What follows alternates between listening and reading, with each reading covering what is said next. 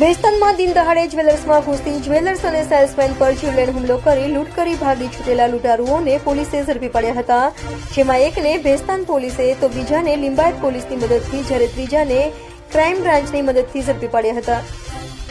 સુરતના ભેસ્તાન પોલીસ મથક વિસ્તારમાં ભેસ્તાન 4 રસ્તા પાસે આવેલ શાંતિનાથ જ્વેલર્સ નામની દુકાનમાં 3 અજાણ્યાઓ ચેન અને વીંટી જોવાના બહાને આવી દુકાનમાં માલિક તથા સેલ્સમેન પર મરચાની ભૂકી નાખી ગળા પર ચપ્પુ મારી ગંભીર ઇજા પહોંચાડી કાઉન્ટર પર રાખેલ ચાંદીની વીંટીઓને લૂંટ કરી ભાગી છૂટ્યા હતા.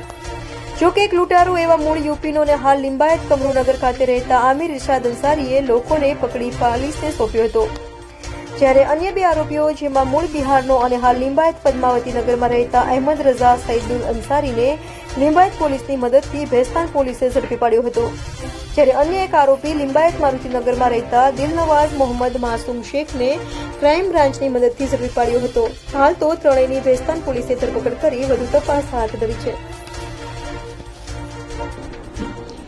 ભેસ્તાન પોલીસ સ્ટેશનની હદમાં એક લૂંટનો બનાવ બનેલો હતો.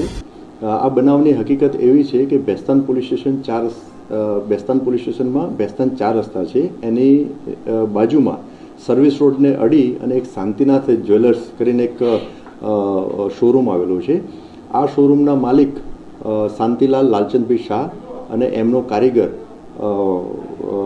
બંસીલાલ ગુર્જર બંને બપોરના સમયે શોરૂમમાં હાજર હતા. તે દરમિયાન ત્રણ ઇસમો એટલે 3 આરોપીઓ પ્રથમ શોરૂમમાં ગયા અને આશરે 10 થી 15 મિનિટ એમને ચાંદીના દાગીના જોયા અને ત્યારબાદ એમની પાસેના હથિયાર એટલે કે 2 છરી હતી એનાથી બંને જણ ઉપર એટલે કે માલિક શાંતિલાલ અને બંસીલાલ ગુર્જર એ બંને ઉપર હુમલો કર્યો.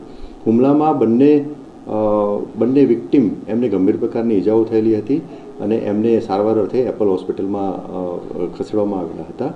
અને આ લૂંટના બનાવમાં આ 3 આરોપીઓએ એકબીજાની મદદગારીથી કુલ 6 ચાંદીની વીંટી 4800 રૂપિયાની લૂંટ કરેલી હતી. આ બનાવ બન્યા પછી 3 આરોપીઓ ભાગતા હતા અને એ દરમિયાન જ્યાં સ્થાનિક પબ્લિકના માણસે 3 આરોપી પૈકી એક આરોપી ને પકડી અને સ્થાનિક પોલીસને હેન્ડઓવર કરેલો હતો. એ સિવાય 2 આરોપી હતા, એ આરોપીને ઝડપી પડવા માટે સ્થાનિક પોલીસ ઉપરાંત લિંબાયત પોલીસ અને ક્રાઇમ બ્રાન્ચની ટીમો બનાવવામાં આવેલી હતી.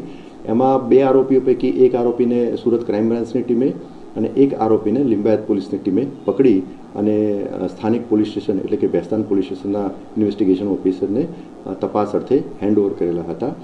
જે 3 આરોપીઓ પૈકી એક આરોપી જેને સ્થાનિક પોલીસને પબ્લિક દ્વારા હેન્ડઓવર કરવામાં આવેલો હતો એનું નામ છે આમિર ઇરશાદ અંસારી. તે આમ એ સલૂન ધરાવતો હતો એટલે વાણંદ તરીકે એનું કામ કરતો હતો. એના સિવાય બીજા 2 આરોપી એમાંથી અહેમદ રઝા સૈદુલ અંસારી અને ત્રીજો આરોપી જે છે દિલનવાઝ મોહમ્મદ માસૂમ શેખ. આ 3 આરોપીઓ ની તપાસના કામે પોલીસે ધરપકડ કરેલી છે.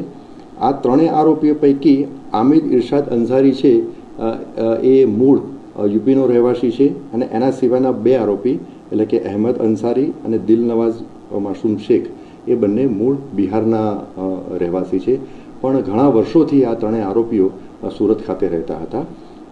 આરોપી નંબર 2 એટલે કે અહેમદ રઝા સૈફુલ અંસારી એ ખાતામાં સિલાઈનું કામ કરતો હતો અને જે ત્રીજો આરોપી છે દિલનવાઝ મોહમ્મદ માસૂમ શેખ એ માર્કેટમાં છૂટક મજૂરીનું પણ કામ કરતો હતો અને મિનરલ વોટર ડિસ્ટ્રીબ્યુશનની કંપનીમાં મિનરલ વોટર સપ્લાયનું કામ કરતો હતો.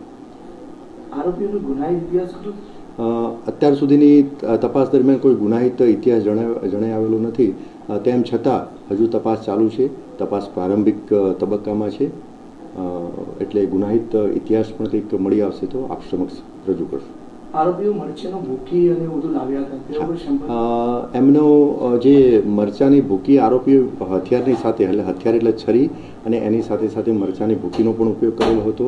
મરચાની ભૂકી લઈને આવ્યા હતા અને એમને મરચાની ભૂકી પણ વિક્ટિમ જે છે એમની ઉપર નાખેલી હતી અને સ્થળ ઉપરથી મરચાની ભૂકી ભરેલી જે પ્લાસ્ટિકની બેગ જે છે એ તપાસ અર્થે કબજે કરવામાં આવેલી છે.